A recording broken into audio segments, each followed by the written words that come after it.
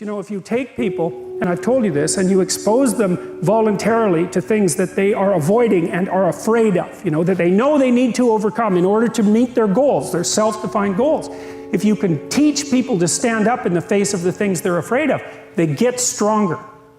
And you don't know what the upper limits to that are, because you might ask yourself, like, if for 10 years, if you didn't avoid doing what you knew you needed to do, by your own definitions, right, within the value structure that you've created to the degree that you've done that, what would you be like?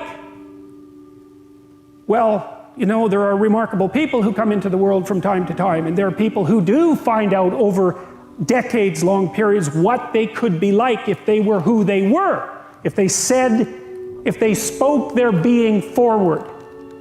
And they get stronger and stronger and stronger, and we don't know the limits to that. We do not know the limits to that. And so you could say, well, in part, perhaps the reason that you're suffering unbearably can be left at your feet, because you're not everything you could be, and you know it. And of course, that's a terrible thing to admit, and it's a terrible thing to consider, but there's real promise in it, right? Because it means that perhaps there's another way that you could look at the world, and another way that you could act in the world, so what it would reflect back to you would be much better than what it reflects back to you now. And then the second part of that is, well, imagine that many people did that, because we've done a lot as human beings. We've done a lot of remarkable things, and I've told you already, I think before, that today, for example, about 250,000 people will be lifted out of abject poverty, and about 300,000 people attached to the electrical power grid. We're lifting people out of poverty collectively at a faster rate that's ever occurred in the history of humankind by a huge margin.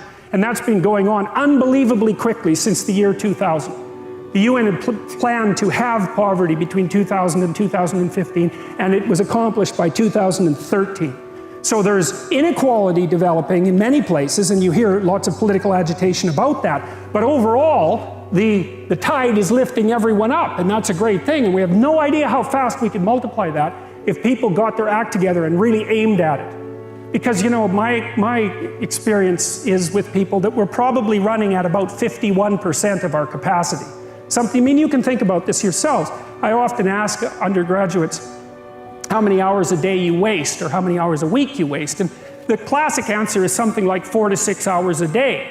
You know, inefficient studying, watching things on YouTube that not only do you not want to watch, that you don't even care about, that make you feel horrible about watching after you're done. That's probably 4 hours right there. You know, you think, well, that's 25 hours a week, it's 100 hours a month, that's 2.5 full work weeks, it's half a year of work weeks per year. And if your time is worth $20 an hour, which is a radical underestimate, it's probably more like 50 if you think about it in terms of deferred wages. If you're wasting 20 hours a week, you're wasting $50,000 a year. And you are doing that right now. And it's because you're young, wasting $50,000 a year is a way bigger catastrophe than it would be for me to waste it, because I'm not going to last nearly as long. And so if your life isn't everything it could be, you could ask yourself, well, what would happen if you just stopped wasting the opportunities that are in front of you?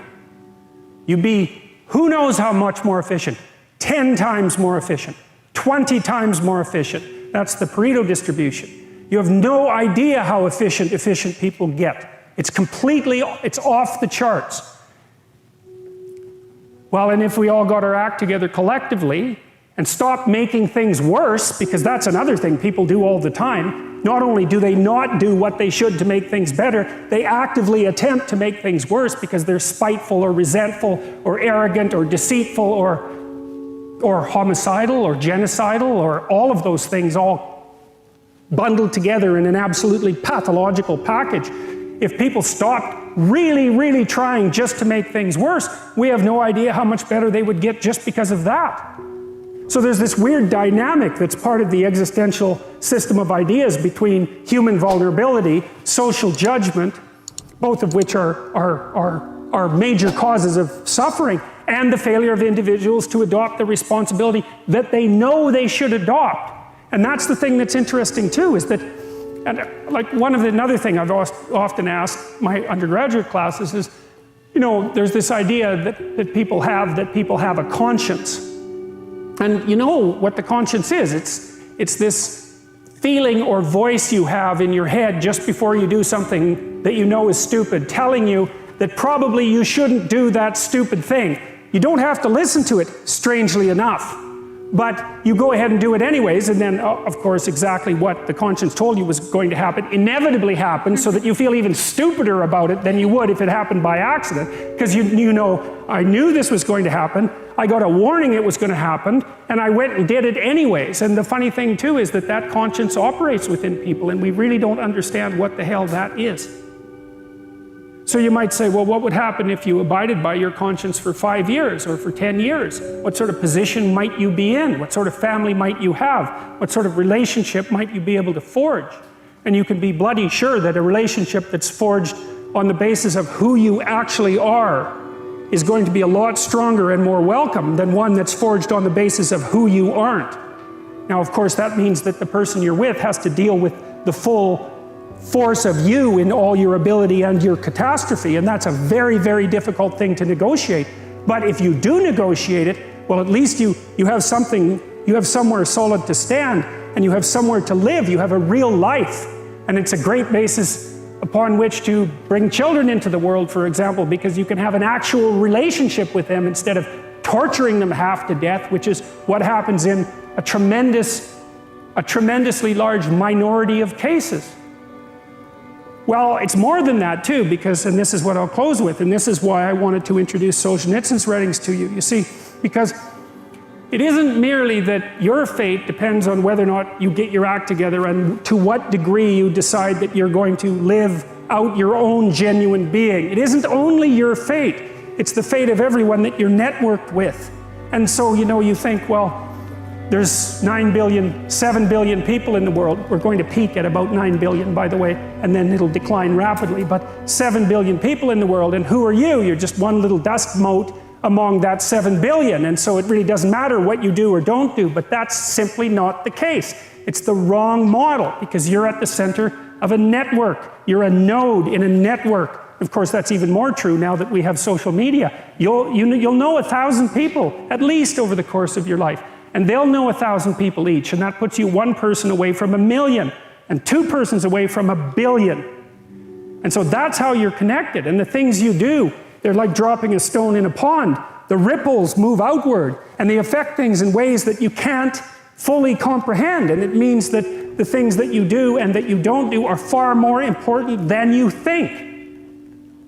And so if you act that way, of course, the terror of realizing that is that it actually starts to matter what you do. And you might say, well, that's better than living a meaningless existence. It's better for it to matter.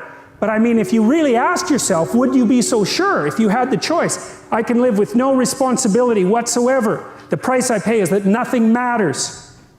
Or I can reverse it and everything matters.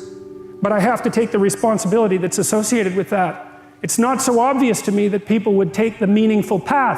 You know, when you say, well, nihilists suffer dreadfully because there's no meaning in their life, and they still suffer. Yeah, but the advantage is they have no responsibility. So that's the payoff, and I actually think that's the motivation. Say, well, I can't help being nihilistic. All my belief systems have collapsed. It's like, yeah, maybe. Maybe you've just allowed them to collapse because it's a hell of a lot easier than acting them out.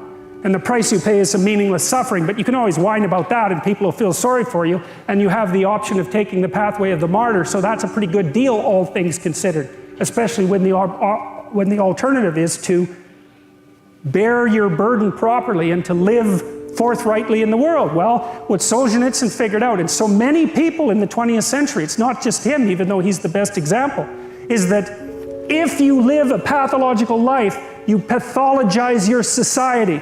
And if enough people do that, then it's hell. Really, really. And you can read the Gulag Archipelago if you have the fortitude to do that, and you'll see exactly what hell is like. And then you can decide if that's a place you'd like to visit, or even more importantly, if it's a place you'd like to visit and take all your family and friends. Because that's what happened in the 20th century.